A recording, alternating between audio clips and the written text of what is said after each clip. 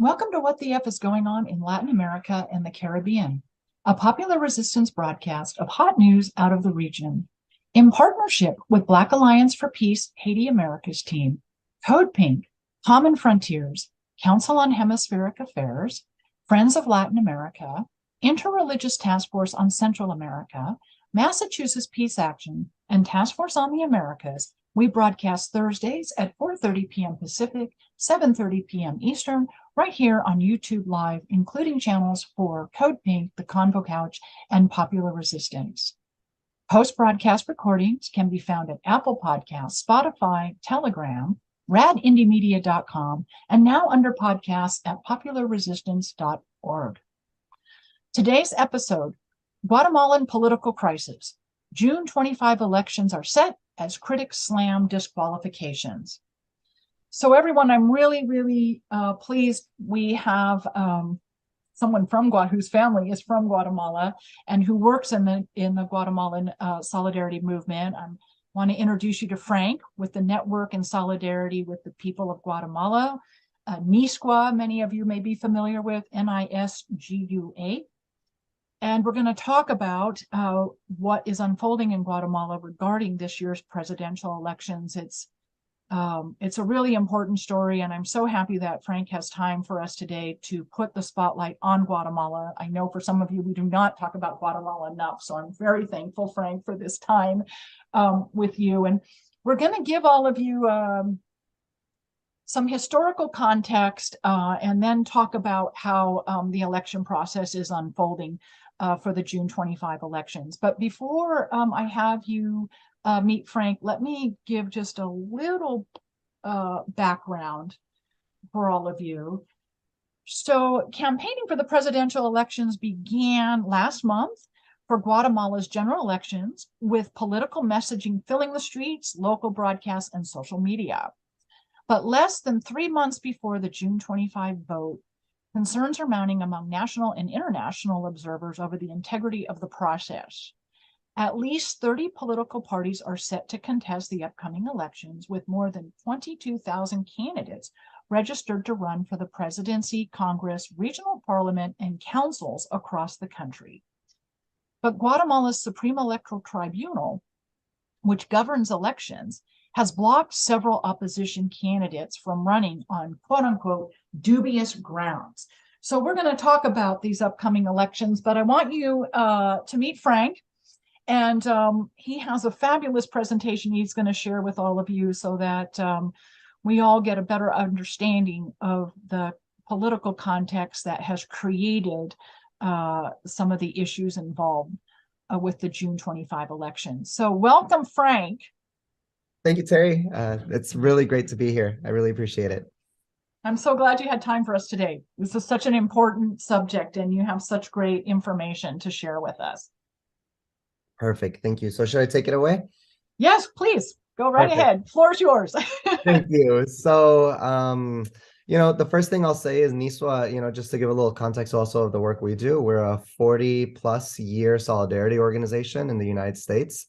Who since the early 80s have been accompanying different people's movements, really defined and determined by the needs and the requests of the people who are organizing on the ground and on the front lines in Guatemala. So that has brought us into, close collaboration over many decades with folks who are migrating, folks who are returning, folks who are part of social movements, folks who are, defending their land against extractive industries, and folks who are involved in transitional justice cases in the courts, taking a lot of former military members or politicians to trial for crimes against humanity and such. And so that's just really brief overview about NISGUA. So Guatemala really isn't a political crisis. We are definitely in a situation that is larger than any one candidate, but this exclusion of candidates in this time during this election season has really turned international eyes onto Guatemala. So we're really happy to be able to talk about why this is so important, not only to Guatemala, but really to social movements and social and political movements across the region. And in some ways, I hope that we can touch about the ways that this is really connected to these global shifting political dynamics and geopolitical dynamics that are happening as the world shifts into multipolarity. And so a lot of folks don't usually think of Guatemala in that sense because geographically we're a small country, demographically we're a small country, but I hope we can touch on some of that as we discuss what's happening. Oh, no, So, please, let's yeah. do, because our audience is really, really familiar with the importance of social movement building and the need for new, governmental administrations to have that power from the people below them to implement their, and also this multipolarity that's emerging principally in the global South, but south of the U.S. border principally, not to, Yes, which does include Guatemala. there are many Souths within the global North, right? But we're Right. working together to. I know we've discussed this in the past. Build those movements also within the global North to build that solidarity and that strength together. So let me start by I'll share my screen and then I'll just kind of give some broad historical context to bring us to the present. And this will be a very short history, as they say. But I'll name specific things. Like history of colonization, end of independence in Guatemala, you'll see how they're directly tied to what's happening now. Because really, the history of colonization, starting from 500 years ago, is something that particularly indigenous movements in Guatemala continue naming as something that is just ongoing. Colonization did not end in 1821 when the independence was formally signed and Spain was officially kicked out of the country, as they say. But really, it was descendants of the Europeans who had, in the 250 or so years of actual formal colonization, consolidated a lot of the land, consolidated a lot of the wealth, and exploited a lot of the labor force, particularly of indigenous people who had been racialized in that country. And these were the leaders of independence, right? This is a story that's familiar probably to many people across the region and across the continent because it's something that happened this way in many countries in Latin America and the Caribbean. In Guatemala, one thing that's very unique with just a few other countries, but I know this does happen in other countries, is that it is possible, and there is research about this, to trace some of the current wealthiest and most politically and economically influential families in the country, to trace their lineages, both genealogically as well as politically, all the way back to the times of colonization and independence. So in Guatemala, there are still, some people say it's 9, some people say it's 12, some say it's 15 families in Guatemala who really own extremely large amounts of the wealth and exploited labor in the country. And in a country that has approximately 45 to 50% indigenous people, and the majority of those are working in in rural areas, in the fields, in mega projects, in the farming and agriculture industries that is then being exported north. And the mega projects being like infrastructure, like dams and things when you say mega projects? Yes, and I'll get more into that, but definitely Okay. there's a lot of hydroelectric dams, mining, and also a lot of large agribusiness. Palm oil is huge. And then there's also a lot of banana plantations, coffee plantations. Hey, look, even the word that I used, right? Traditional. That says a lot. The fact that that's still the word that we use today.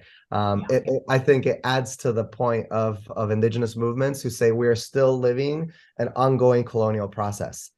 So that's this kind of brief history that is bringing us closer to a time that then now I'll bring you to the 1944 when the first democratically elected president in Guatemala was elected by the people.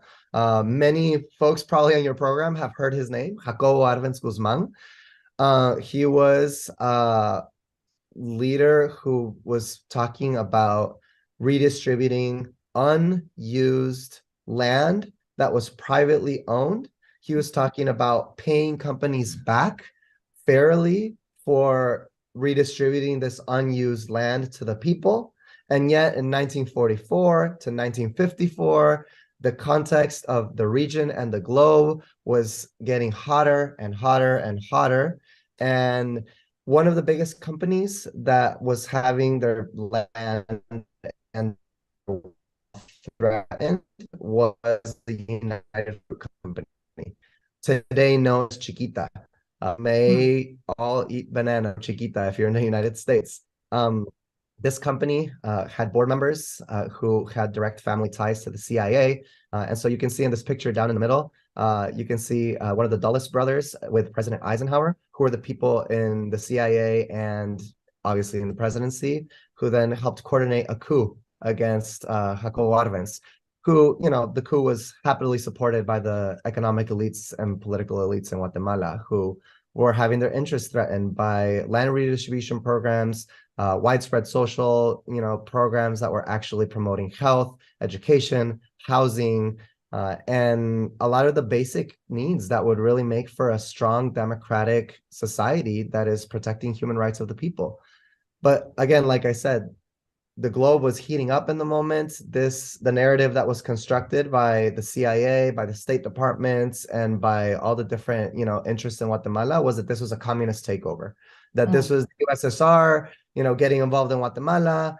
And so the coup was coordinated. And that unleashed what became a 36-year internal armed conflict, is what it's called in Guatemala, which really was a civil war in many ways, where dictator after dictator was supported by the United States to be able to continue privatizing different parts of the country and protecting the interests of the global elites, right? Particularly in the United States, but also in Guatemala. And as always happens, the people who were being impacted and suffering from this started organizing. And what they started organizing into was into revolutionary forces, the way that was happening all across the country, because that's what people do when they don't have land, when they don't have food, when they don't have housing, when they don't have education, and everything, including their dignity, is stripped from them. People organize and people fight back. That's just basic math, right? And so that happened, but that obviously led the states to immense repression, which led to, over these 36 years, up to 1996, approximately 200,000 assassinations and murders and 40,000 disappearances. So a story very similar to other parts of the region. I know folks in Chile and Argentina might resonate a lot with this story. I'm sure many other parts of the region. So here on the right, you can see an image of a declassified government document of how the state was registering the personal information along with images of people that they suspected were involved in so-called communist activity, right? That's what they named anyone who was, that's the label. Today it's terrorist. Then today it's terrorist. Oh, right. and you'll hear about that in Guatemala. So here, that's the broad context, right? And so we reached the peace accords in 1996. After many years of brokering peace, the official peace is declared and a democratic transition process begins, as it's called across the region. And 1996 happens. The president at the time is Alvaro Arzu, who the Arzu family is part of these, one of these 12 to 15 mega families in Guatemala. He's the president. His family has ties to a lot of large industries in Guatemala. And he is a fan, let's put it that way, of the Reagan-Thatcher era policies, particularly economic policies. And so once the peace is signed, it becomes economic open season in Guatemala. And industry after industry starts being privatized. Large swaths of land start being sold off. Mines, hydroelectric dams, agribusiness, like I told you, starts growing in a privately owned way across the country. And all of this exacerbates the already existing crisis of forced migration in the country, which was happening because of the war in the 80s, in the 70s and the 80s.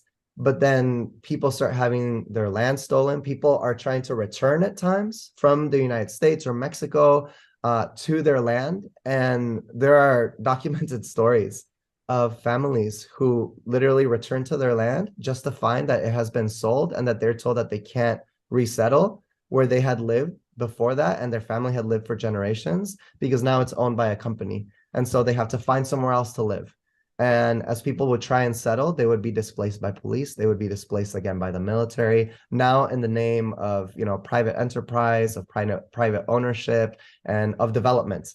right? Which is ultimately in Guatemala, as in many places across Latin America and the Caribbean, an ideology that is now used to promote all sorts of violent repression against ordinary people in their land.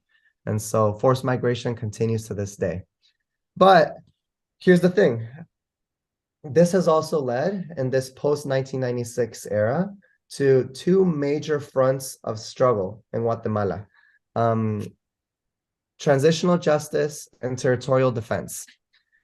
Transitional justice has meant, particularly like in the starting in the 2000s into this very day, organized groups of people who are victims and survivors and family members of victims of the war and of the crimes of the war that were primarily committed by the state and its military state apparatus.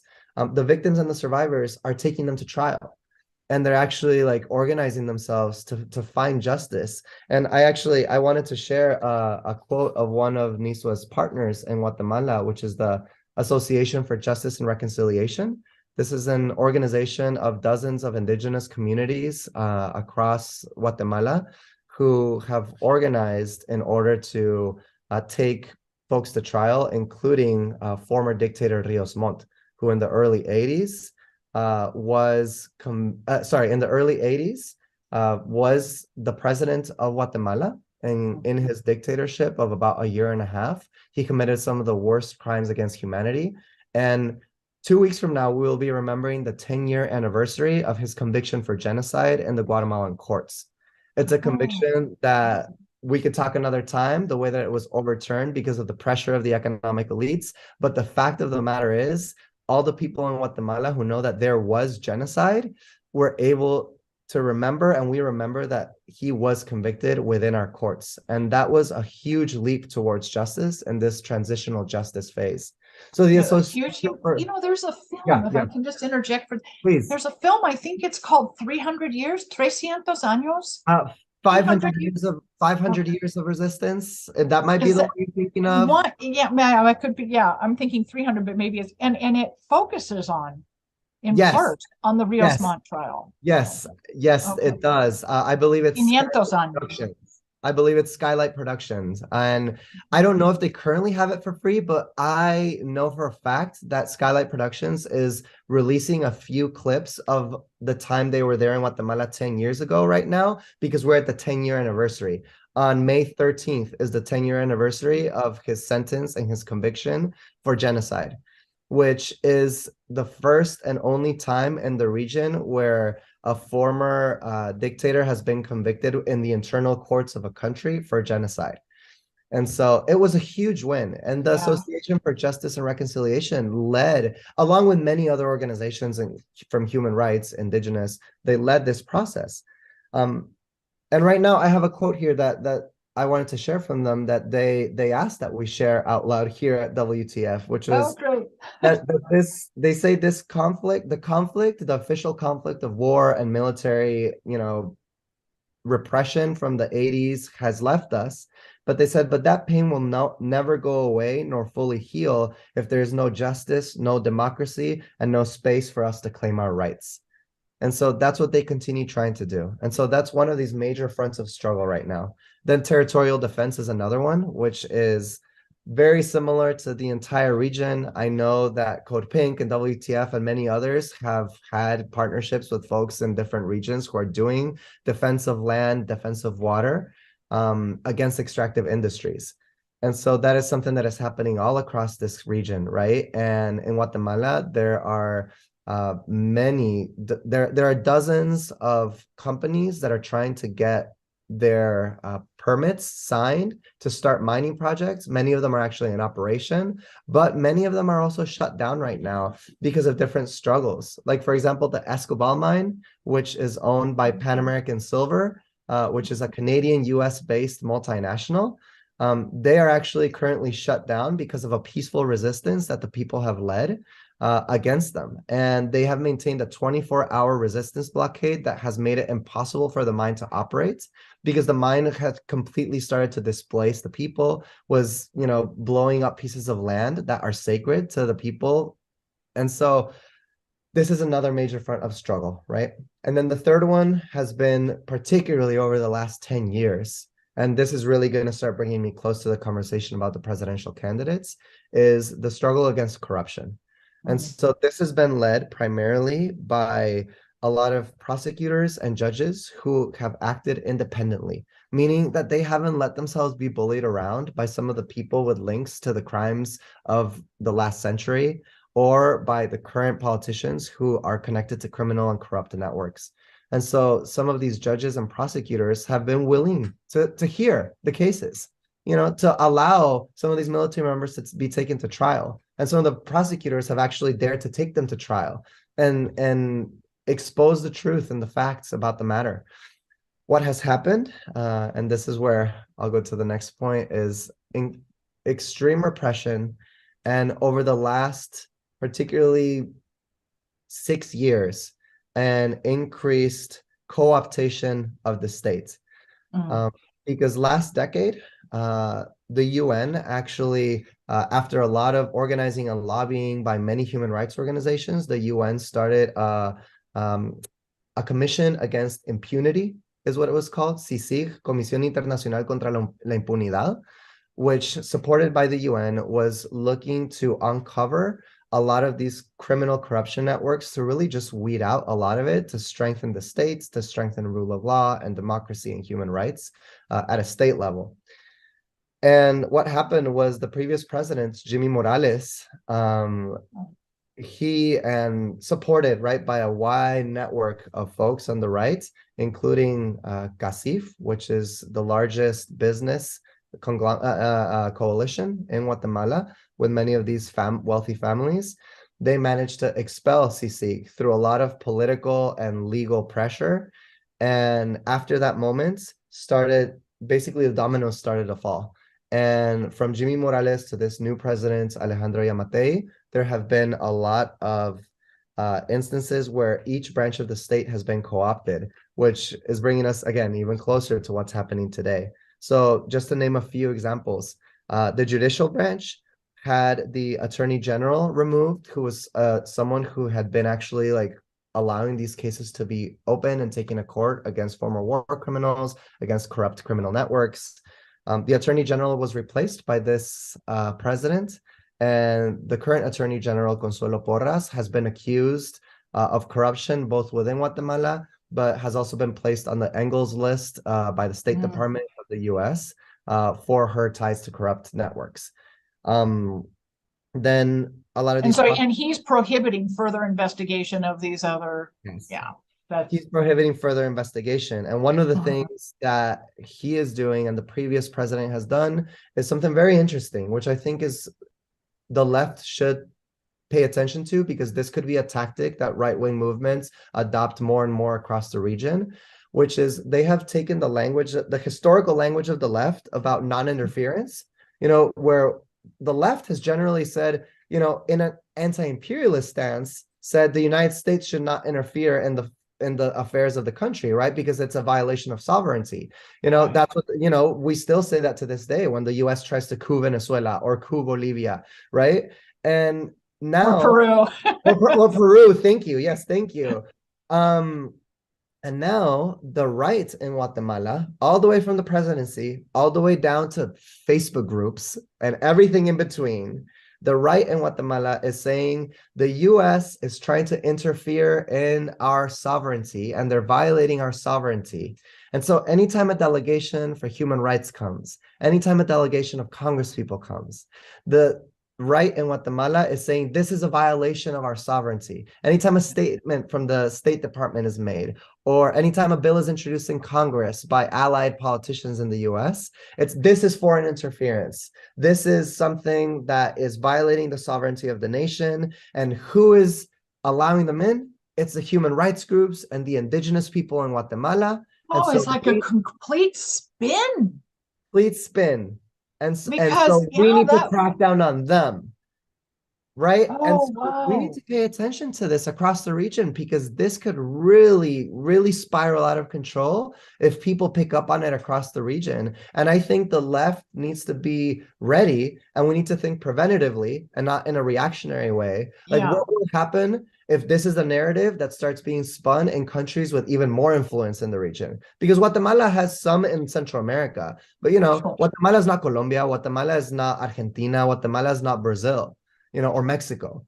But what happens if in those countries this narrative starts being spun? So it's very dangerous, right? It's very, it's just a complete 180 shift, because this is so much what we talk about when we talk about external interference, US, and not just US, but specifically in places like Cuba, Venezuela, Nicaragua, how the NGOs are used, funded by USAID, NED, and so the progressive, that's an argument from the progressive movement, right? That we're Oh, wow. Absolutely. This, you do hear that in some pockets of the right wing in Venezuela.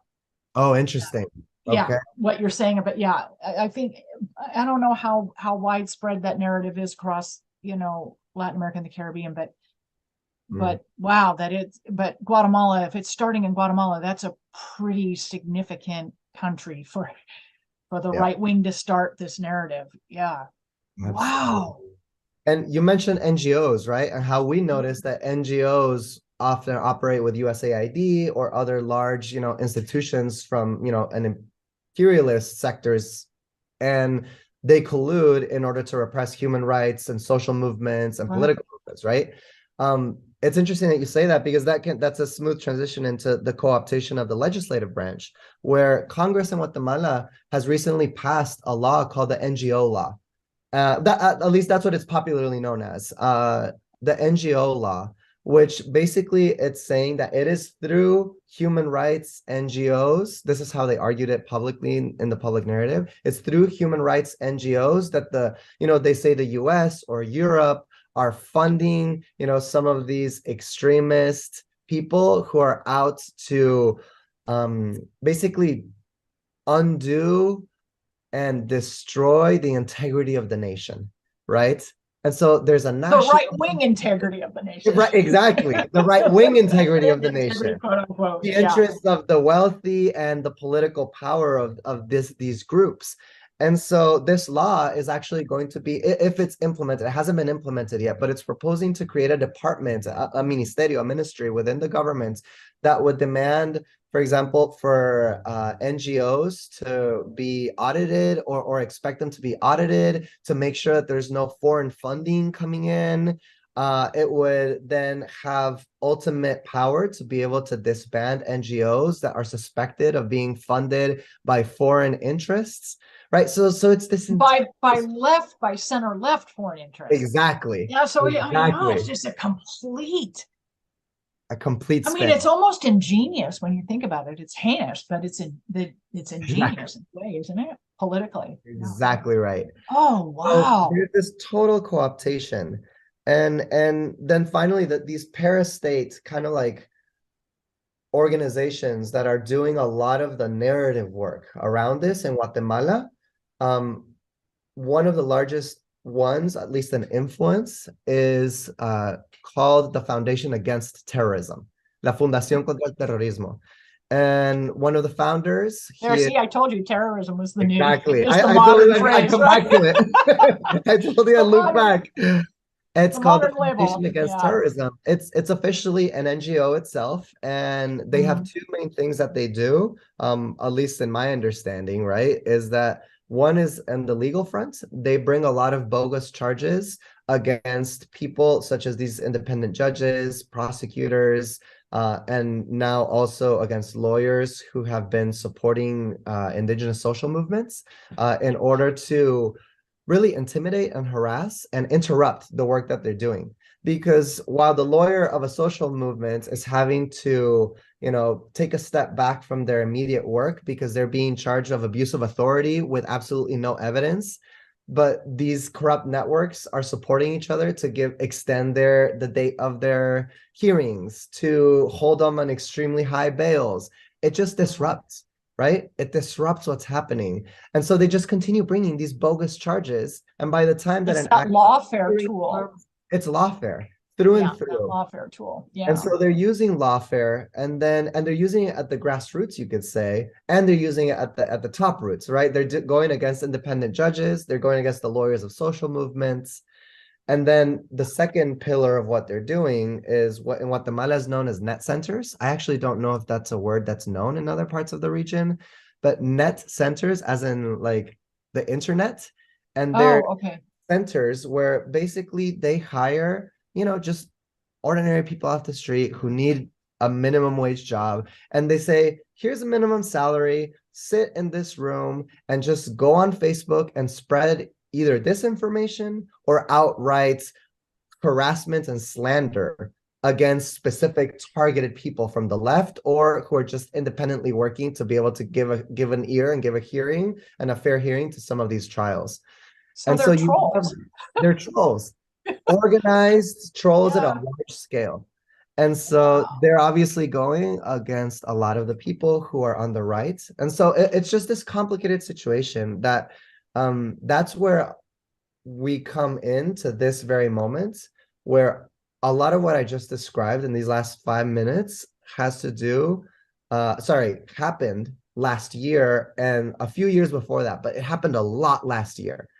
And then this year, which is election year, the most progressive movement, a political movement that Guatemala has known in its recent history, is attempting to run for office. And so it's in this So this context. is why all that activity happened last year, was paving the way to hinder the electoral results this year. Perhaps, that's a great question. That's a good question that I think needs to be really unpacked and analyzed.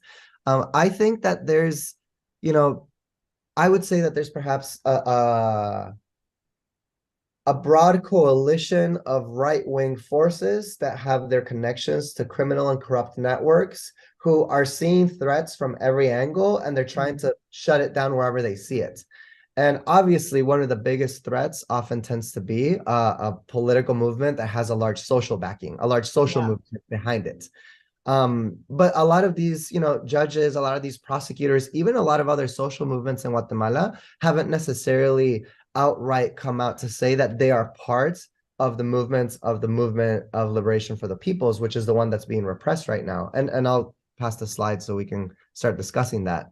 But nevertheless, those judges, those prosecutors, other social movements, and now especially this one, they're all being repressed and attacked by the right wing in the country. And so, we come to this moment where Thelma Cabrera and Jordan Rodas are two people who come from very different but important to connect spaces in Guatemala. Let me describe what I mean by that. Thelma Cabrera, right? Just from an identity perspective, in a place like Guatemala, it matters that she's an indigenous rural woman who is involved in indigenous peasant social movements.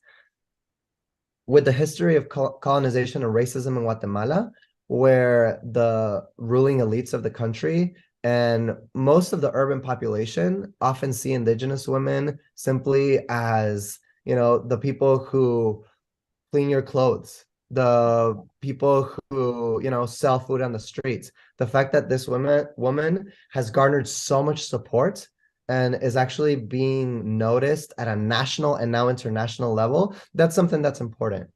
And so Thelma Cabrera, it's important to note, she ran with the Movement for the Liberation of the Peoples in 2019, in the elections in 2019.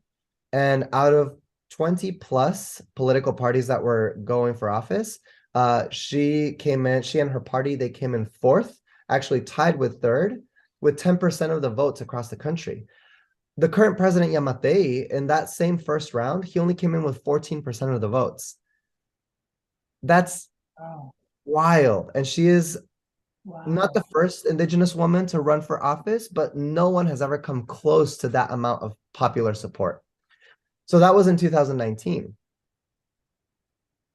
Then now we come to this moment, and in December, Thelma Cabrera and Jordan Rodas, in this picture you can see in the middle, they announced that they're going to be running together. And this is important. Why? Because Jordan Rodas is the former human rights ombudsman. I always have a hard time with that word. I mean, I do too. The Human rights ombudsman. ombudsman, right? And he was known for speaking out ardently and passionately against the corruption of the country. He was known for defending publicly journalists who were being criminalized.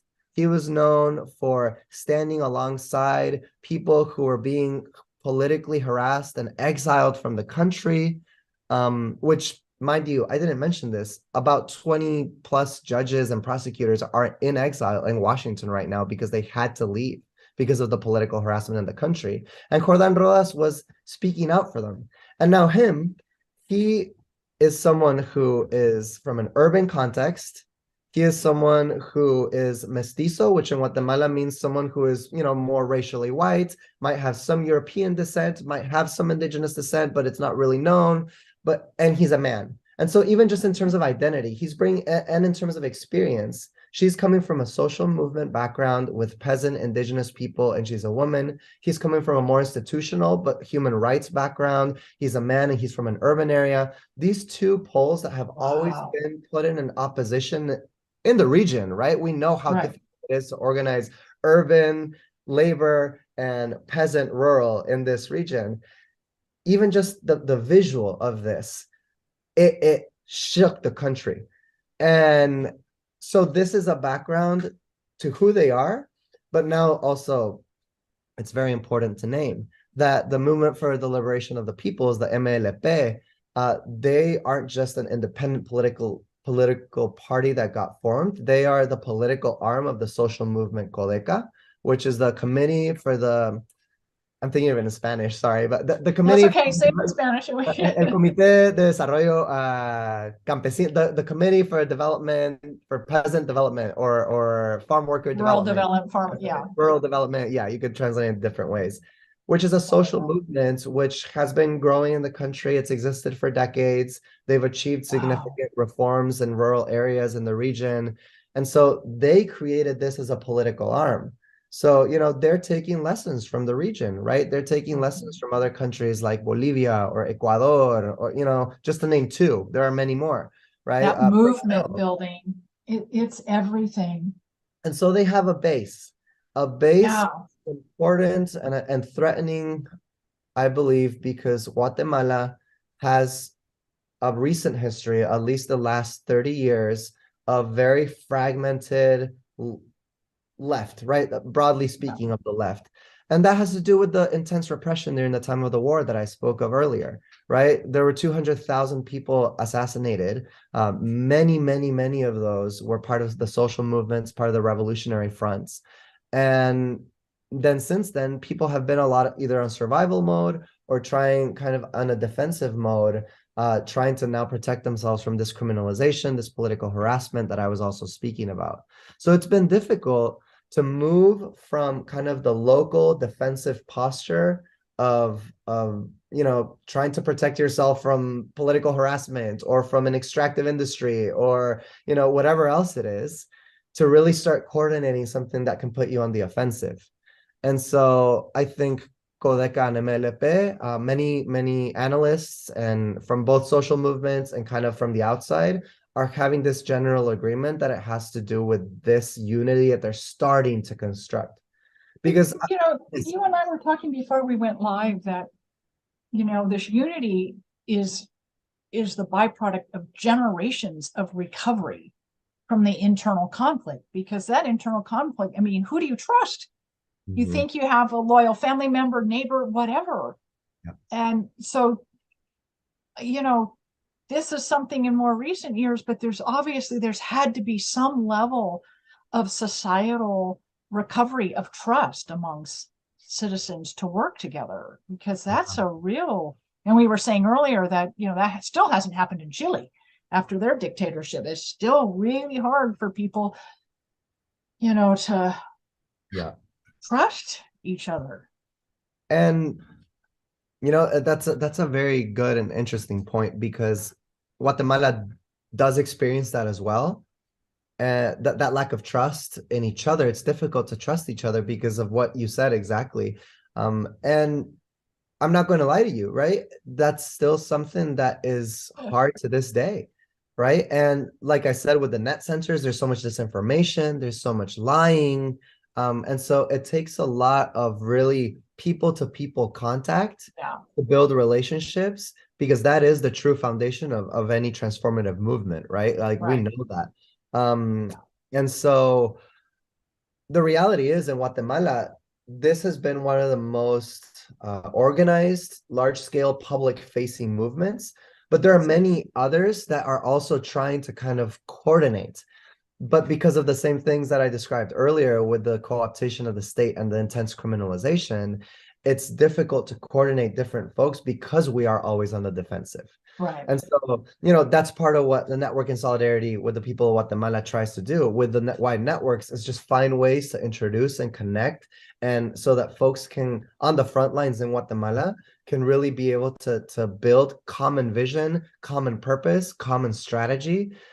Because I think of a place like Bolivia, right, where they have, each country is very unique, but it also has patterns, particularly in this region.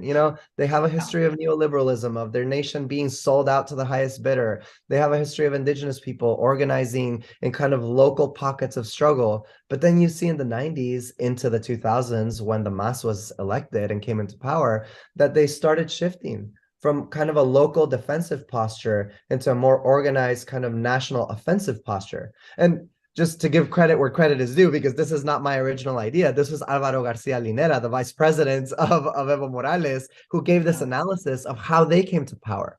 And I think it's something that we're noticing across the region happen more and more. It's how they were able to regain power after the 2019 coup. They never lost the base. Exactly. And so just because you're not always in power. Exactly. But that doesn't mean you have no power. Exactly. Holding office is one thing. Sorry, go ahead. Yeah, the holding office is one thing, but you have that movement, behind you, under you, that there's power there, whether you're actually officially holding office or not. Absolutely. And that's how the MAS came back after the coup in 19. Exactly. And never lost that. That's that important point of political theory that becomes political practice, right? I mean, everyone from Karl Marx spoke about it. Enrique Dussel wrote his book about the 20 Theses on Politics about it, where the base of social movements, civil society, those are the foundations of what the state is and can do. Without them, if the people rise up and rebel, the state can collapse. And the state, but also the state can be run in a different way and can be used to actually promote what, in our Guatemalan memory, Jacobo Arbenz Guzman attempted to do, right? Which is health, housing, land, food, the most basic things to survive and to build a strong culture, a strong people. And so here's why another one of the reasons why this party is so threatening, because they're in a way that's true to the social and political and economic reality of Guatemala, but also learning from other movements. Some of their biggest proposals are some of the things that have been learned from other nations. So a plurinational state is something that has already been implemented in places like Bolivia, right, which we spoke about. That's one of the major proposals since 2009 that the MLP, the MLP, has been pushing forward.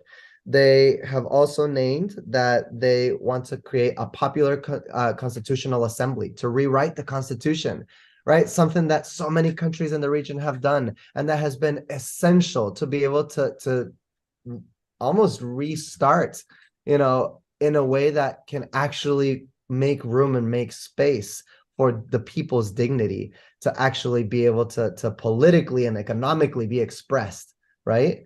Yeah. And then they have also spoken of nationalization, particularly of the electrical industries in Guatemala, because there is a lot of production of energy and electricity in Guatemala, particularly in rural areas that impact indigenous people.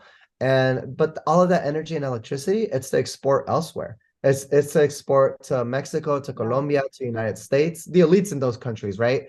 And in Guatemala, it's sold to the indigenous people at exorbitant amounts in a privatized way that they cannot afford. And now it's modern colonialism, as you said. That's where we started, right? Yeah, Exactly.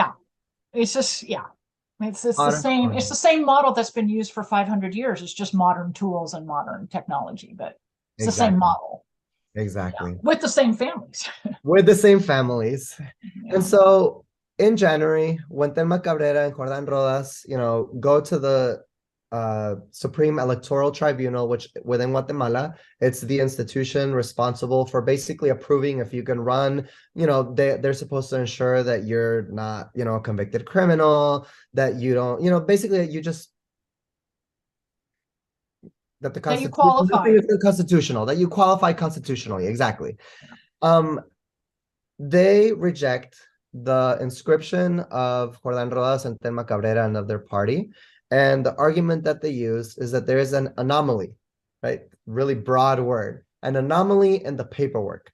Eventually, what comes out, and this is a lot of detail, but for those who are interested, I'll name it, right? But in Guatemala, the people who are going to go forward, if they had been previously involved in public office, they need basically documentation from the comptroller showing that all financial transactions were always, clean, you could say.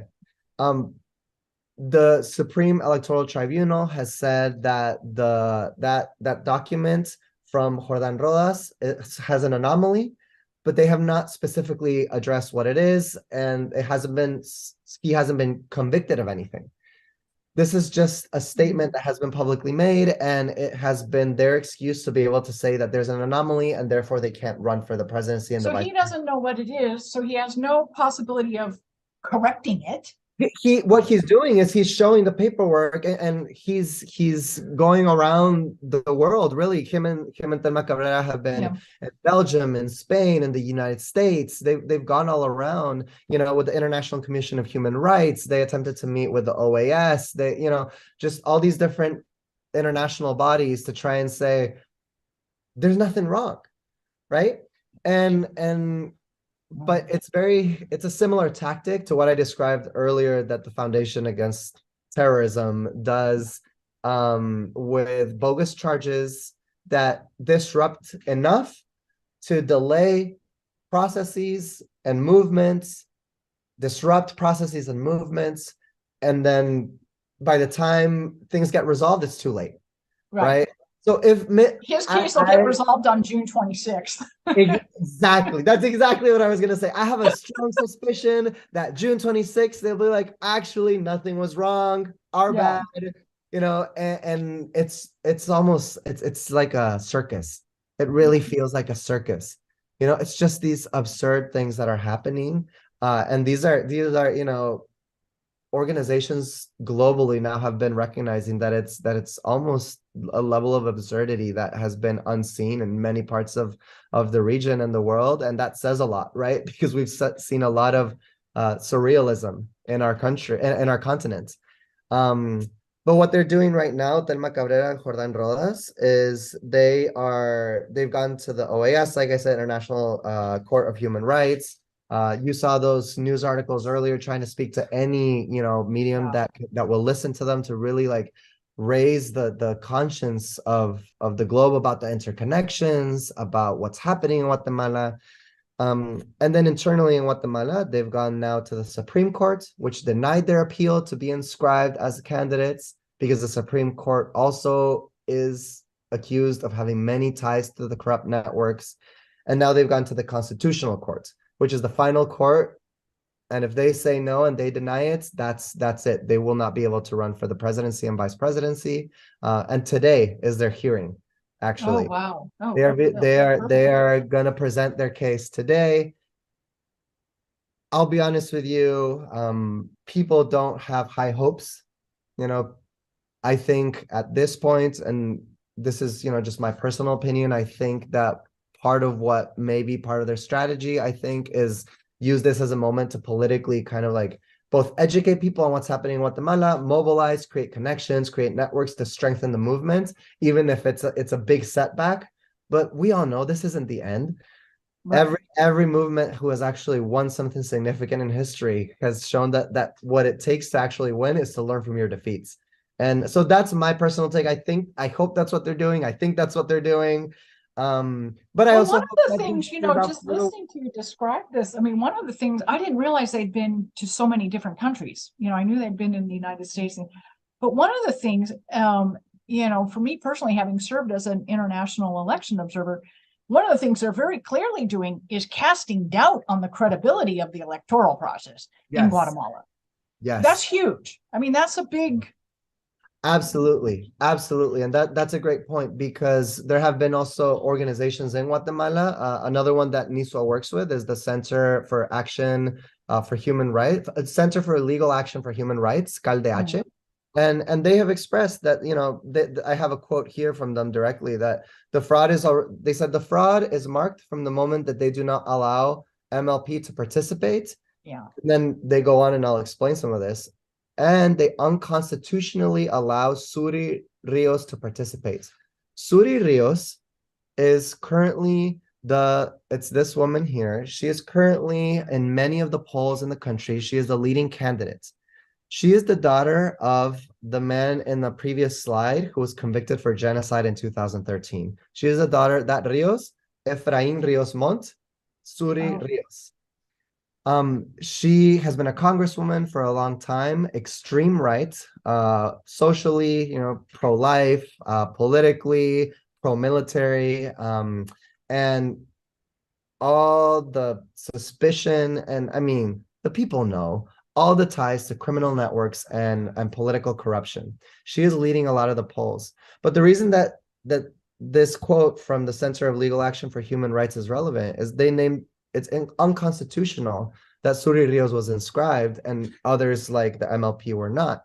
And part of the reason for that is that there is an article in the Constitution that says that no one who has been, and I wish I had the exact quote off the top of my mind, but no one who's a family member of someone convicted for crimes against humanity or who has been a dictator or involved in a coup in the nation can then run for presidency. And Oh, yet she's being allowed to run for president. So that's just an overt. It's very overt. And she wasn't allowed in 2019. But there are different magistrates now, magistrados, in the court now. And so this group. And the MLP is more organized and larger. And the MLP is more organized and larger. It was in 19. Yeah. Exactly. More of a threat. So there is a lot of really suspect activity happening, and you're totally right. Casting doubt on the process is exactly what is happening and is what needs to happen. People in Guatemala are calling this electoral fraud before elections.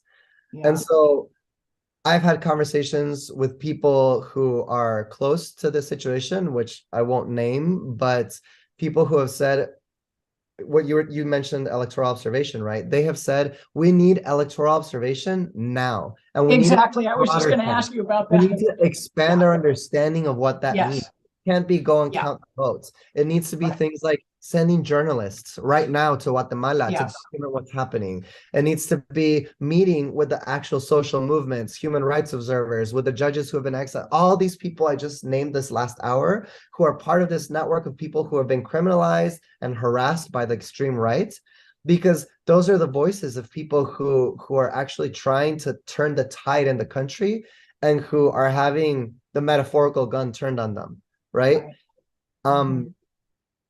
And I said the metaphorical gun, but one of the concerns that a lot of us have connected to social movements in Guatemala is Suri Rios's ties to large military networks and people who have been players during the internal armed conflict. And there are people in Guatemala who have a concern that at the pace the state cooptation has gone, because like I said, it started in the mid last decade.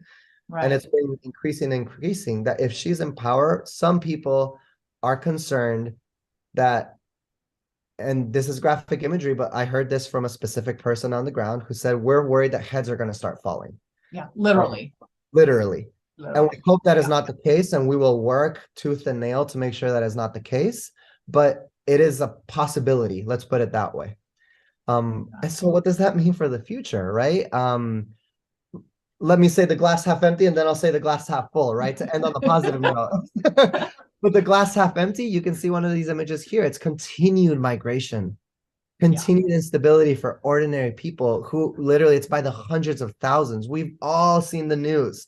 All the mainstream media, has done has done their job about publicizing the caravans, about criminalizing and saying horrible narratives about migrants. But the fact is, people are coming.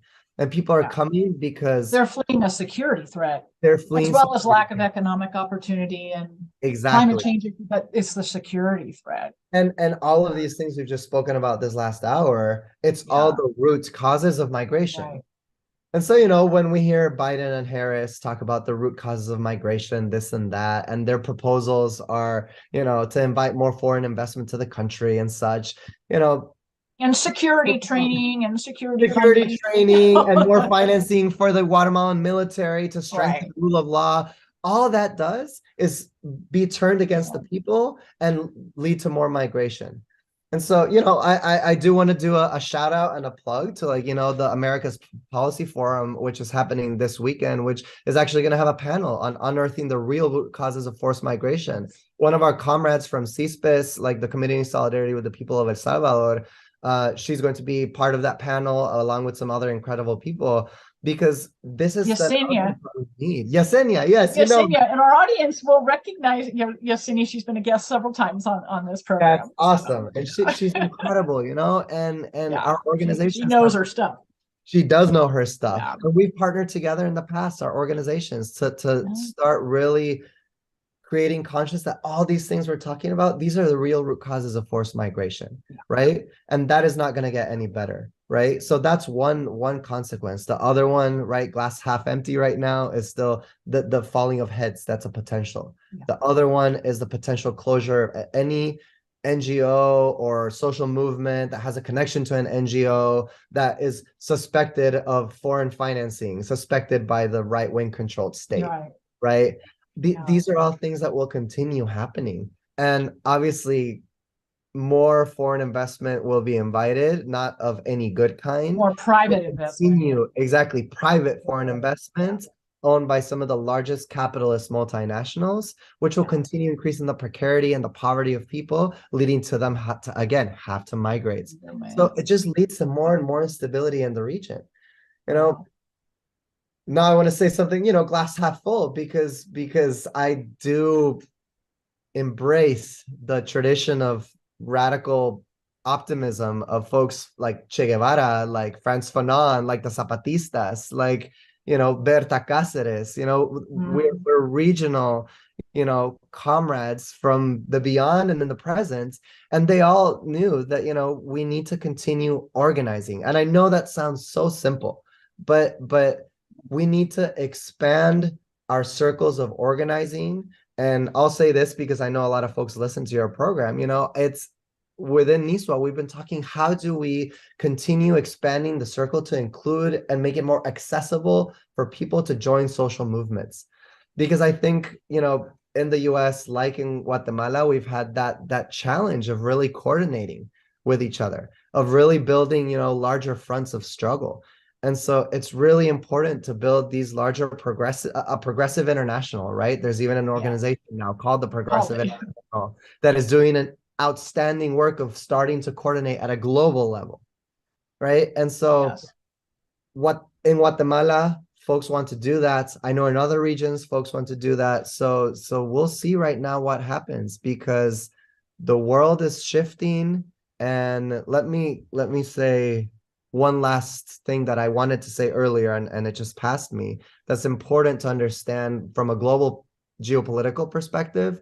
Part of why I think the United States, despite many of its statements and its kind of pronouncements against the corruption and, putting a few folks on the Engels list, why it's unlikely that the US will do anything more to actually support Guatemala, which is fine. We shouldn't expect that, right?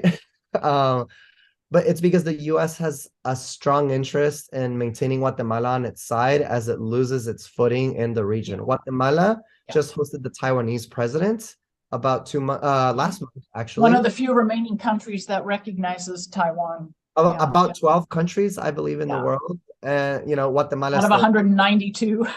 exactly. It was What, never very many to begin with, like 17, maybe 15 or yeah, 7.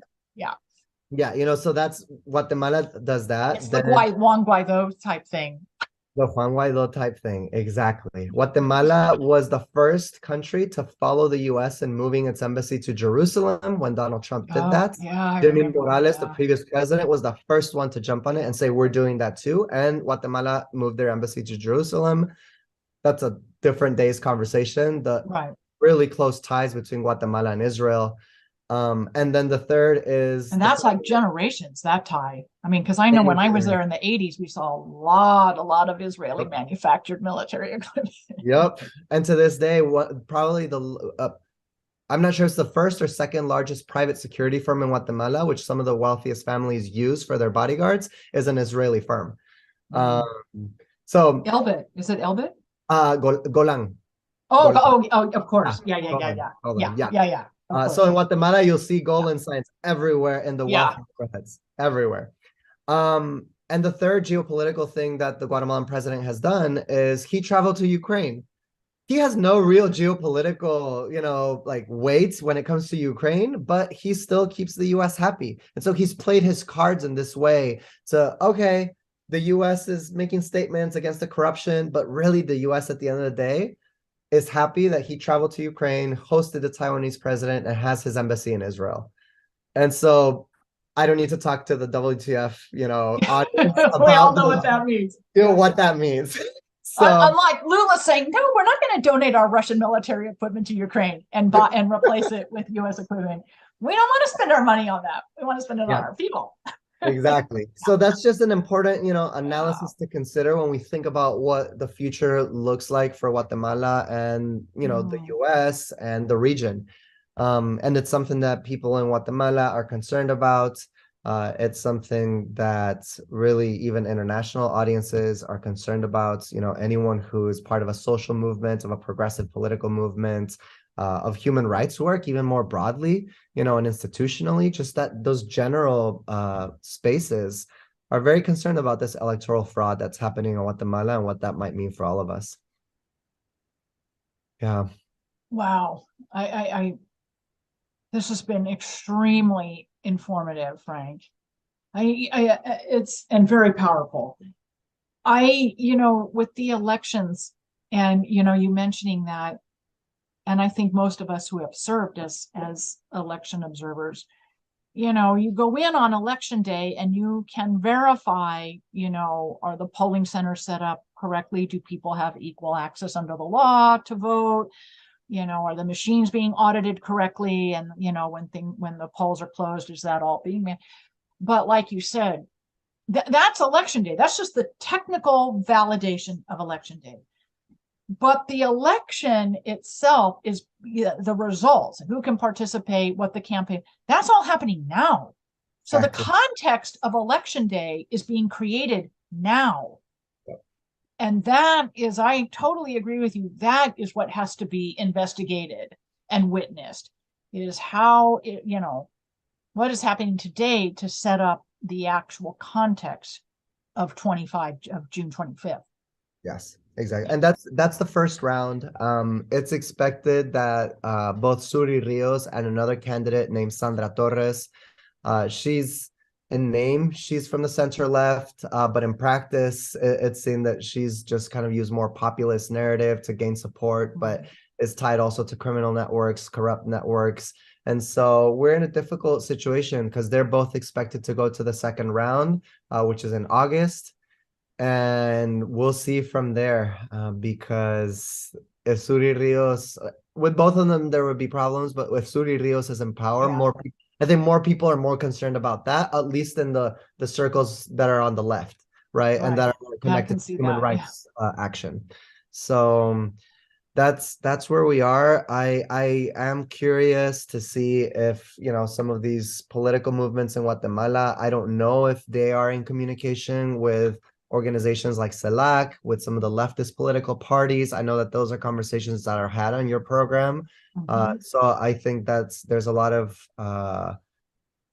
a lot of things happening in the region that could really impact Guatemala, but inside of the country, on the ground, it still doesn't feel that way. It doesn't feel the way that I've heard from folks it feels in Colombia or Brazil, or even Chile with its, with this interesting developments, right?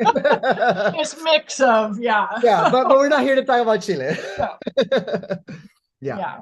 Yeah. But So, I mean, at the end of the day, these are indigenous movements of indigenous people who, in a country who, along with Bolivia and Ecuador, have the largest demographic numbers of indigenous people within the country in the entire region. And so they're really organizing and saying, 500 years is enough.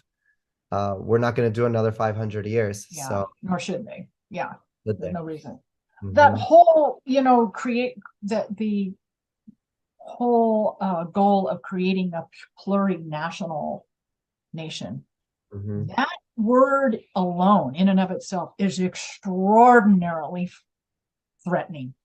Yeah. And not just to white landowners, but almost everyone who believes in the neoliberal project that's exported by the U.S. That plurinational, that word is extraordinarily. I would argue that that word is what has fueled so much of the violence in Peru right now too. Mhm.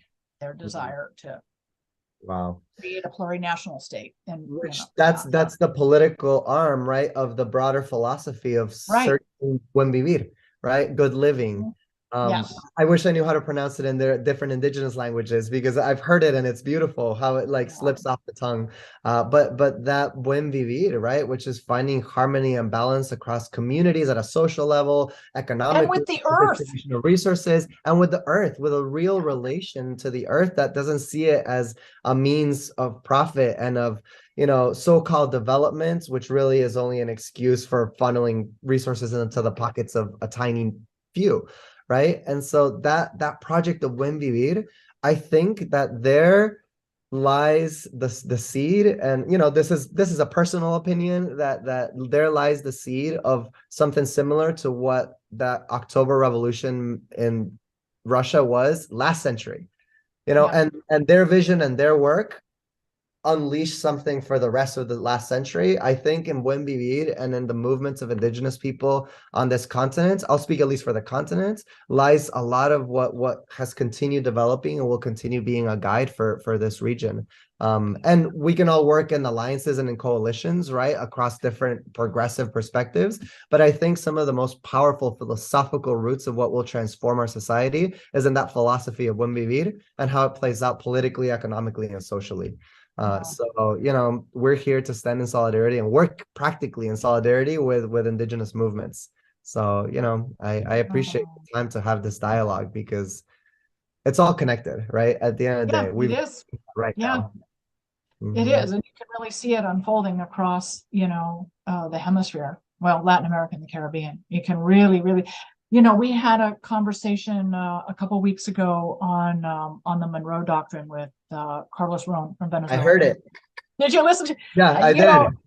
I'm good. Thank you so much. I was, I really caught myself in that conversation, and this is why, for me personally, it's so important to have these episodes with people like you, given your family and your where you're from, your heritage, your culture, where, who you are, because we hear things differently. And I had shared on that Monroe Doctrine, which definitely applies to Guatemala.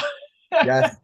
That I really felt, having been an election observer all the way, from Bolivia in October of 2019, all the way through, well, I tried to get into Colombia 2022, all the way through Brazil. The results have been, in my opinion, I thought, okay, the general population across the Americas is voting for national sovereignty, natural resource sovereignty, and candidates with an economic plan that will uplift the majority of the citizens.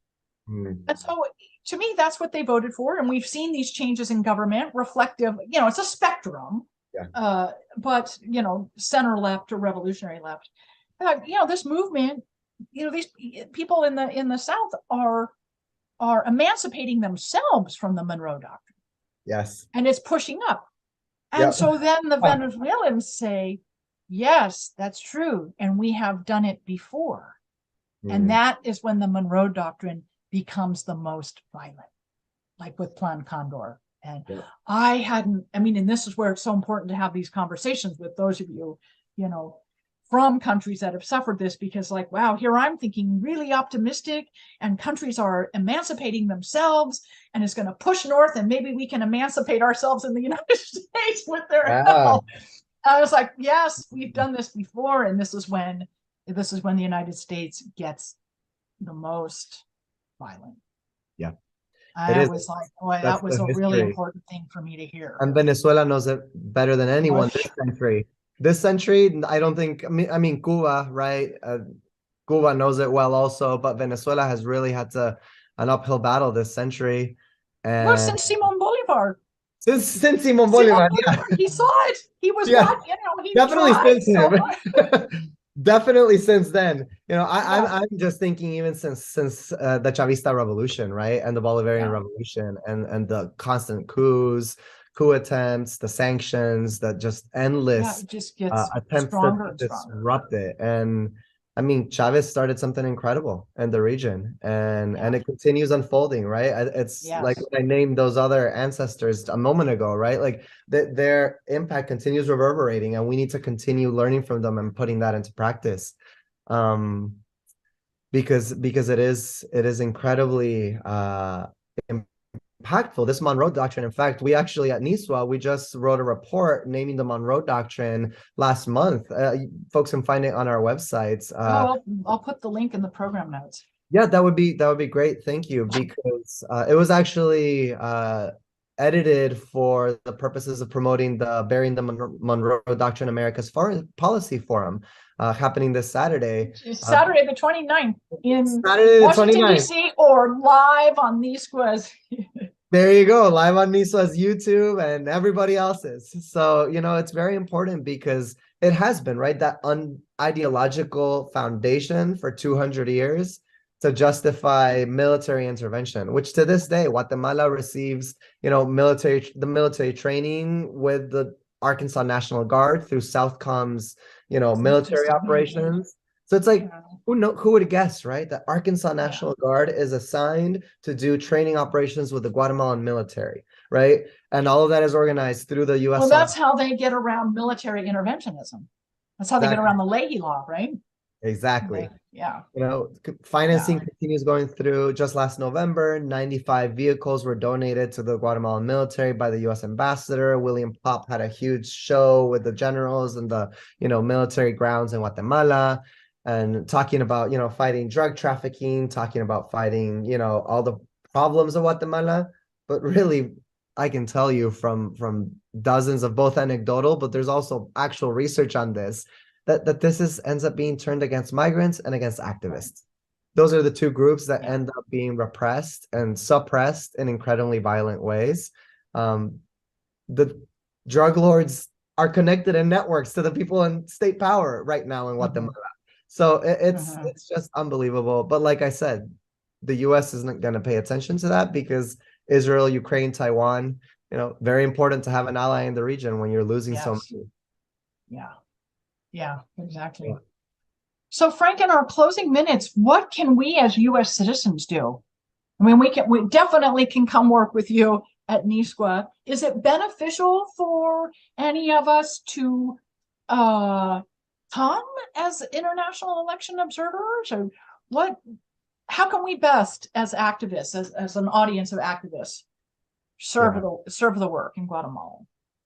I think that is an excellent question. And I can share some ideas, but I really think this is a collective mind needs to go developing this, right? Even at NISGUA, we have a political education group internally with folks in our network, because we ask these questions to ourselves all the time. So yes, electoral observation is very important. And I say that in the qualified sense that we spoke earlier, an expanded understanding of electoral observation. If someone can only do the day of, great, like we'll accept it. But it's so important right now for folks to come down to Guatemala, to be able to really address and highlights what is happening. Because like you said, it started in January, the electoral process started in January, and the worst of it happens before the day of the actual election. Yeah. It's happening right now. Another thing that actually I think is fairly underestimated at times is the importance of having good researchers who are almost like, I would call them social movement researchers, right? I think there's a lot of folks who are already doing this, but using their research skills, whether academically, journalistically, etc., to be able to really uncover a lot of the roots of the problems. So, for example, the Foundation Against Terrorism that I was speaking about in Guatemala, they operate a lot in the shadows, and so some things are known about them, but not a lot. And how do you fight something you can't see, right? So it's important to be able to have international support. Then I would also say, from the US, there are movements in the US like, NISGUA and others who are trying to move things that address the real root causes of forced migration, like restricting or ideally cutting the so-called security aid, which is military aid to the region. That's some of the work that we have done in collaboration with CISPES and other comrades from Honduras, because this entire region same model. Exactly. Those are three immediate things that come up to me. The thing that I would say, because I think I learned this from the Zapatistas, which it doesn't sound immediately connected to Guatemala, but you're an internationalist, and so I know you'll understand when I say this, and I think most folks on your program will, is organize where you are. Like, organize intensely, fiercely, and relentlessly where you are. Like, get your neighbors together, and I'm talking about with a radical, revolutionary political program and mentality that can really get at the roots of problems. Because we are, when I say we're interconnected, the people in power know that. Look at the capitalist system. Look at the right wing. They know we're all interconnected. So if you're struggling in your region, in your part of the world, to organize and to fight the arms company that is in your backyard, to pass resolutions against military financing in your local city government, those things reverberate. And when you're strengthened in a collective and an organization that is doing that, it's so much easier to make connections and so much easier to find what we can do together, right? And so I know that that's not an immediate thing. No, it's a long-term objective. And like most people, exactly. I will say, and I've shared this with the audience many times, all the delegations I've been on over the years throughout Latin America and the Caribbean, inevitably someone that in the country you're visiting, it could be in a formal meeting, it could just be a taxi driver, somebody on the street you're buying, sandia from, will say, thank you for being here. Thank you for uplifting our voices. Now go home and fix your own country first, and the rest of us will benefit. That's where the work is, inside. For all of us USians, it's inside our own country. And the foundation, the connection and the relationship that even we're building, because like we said earlier, that is the foundation of every truly transformative movement. Because like we said, there's so much distrust, there's so much risk to all of this, that in Guatemala we have this phrase that we always ask, like when someone is, everything from political movements to ordinary daily life, is the confianza? Like, are they trustworthy? Yeah. And that's a culture that has developed. Like, people just say it on a daily basis. But I think it's so telling, because it really shows that to really transform things, we need to build trust with each other. And so, build true relations with people. That's what we're trying to do. That's why we're called a network in solidarity. We are a network, and there are thousands of people in the network that have built over the years. And the goal is to continue building these links. So, continue lifting up, the voices of the people in the US, organize with the people if you're close to them. There are growing migrant groups in the US that are doing important work, both to support Guatemalan movements and also to work with migrants and organize migrants here, because there are millions of migrants in the US, including Guatemalans. So if you're with migrants, organize with them, show solidarity, build organizations with them that create, strategic short, medium, and long-term goals. And so again, I think that is my message for folks, because right now an electoral observation is very important for this moment, but then whatever happens next, we need to start looking ahead, because we're in it for the long haul with Guatemala, and we're looking to other countries to really learn a lot of what's being done. And I think that's what they did 30 years ago or 20 years ago. They were saying, all right, we really have to look far down. So that's what I would say. Wow. Thank you so much. I am so thankful for this conversation, and really thankful for your time, that you were so generous with all your time and your knowledge. This has been a really, really powerful and informative conversation. And boy, we'll be sure to get it circulated. And I'll include a number of the things, articles and things that you've mentioned in the program notes. And for the audience, what social media handles can I share, if any? The NISGUA handles, I won't share yours personally. Yeah, the NISGUA handles. Okay. I on the slides, you've seen the website and the Instagram handle, which are where we're usually most active, but we also have Facebook, which we're active on, and Twitter. So I can send all of those to you right now. But those are the ones we use the most. And the website we also update regularly. Okay, great.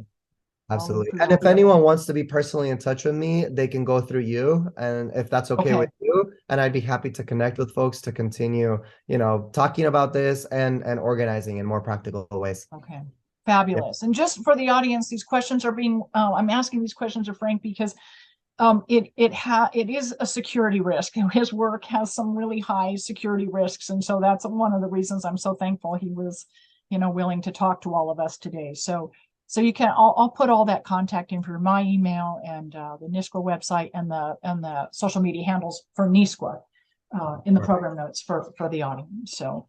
So thank you, Frank. What a privilege to have this conversation. Really. Thank you. I appreciate you and the work that you do as well. This is an incredible program, and more people need to continue listening to it. So I appreciate the invitation. Thank you so much. So for the audience, I'm just going to remind you, you've been watching What the F is Going On in Latin America and the Caribbean. We're a popular resistance broadcast. You can find us on YouTube channels for CODEPINK, The Convo Couch, and Popular Resistance, 7:30 p.m. Eastern, Thursdays, post-broadcast. Recordings can be found at Apple, Spotify, or wherever you get your podcasts. And so we'll see all of you in May, next Thursday. Thank you so much, everyone, for joining the